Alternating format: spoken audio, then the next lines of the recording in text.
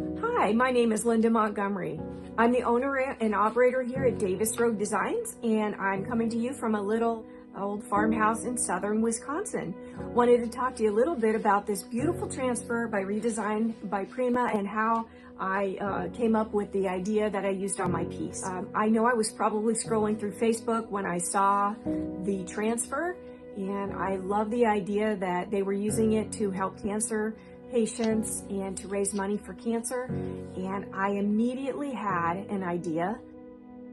My mother had cancer. I knew one of the nicest things that she liked to do was to be outside with nature in the warm sun.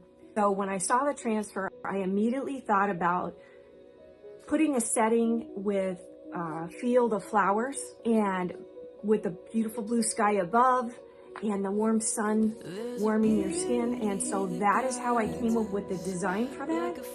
I actually donated the piece to Justice for a Cure, who was doing a fundraiser out here at Hawks Mill Winery.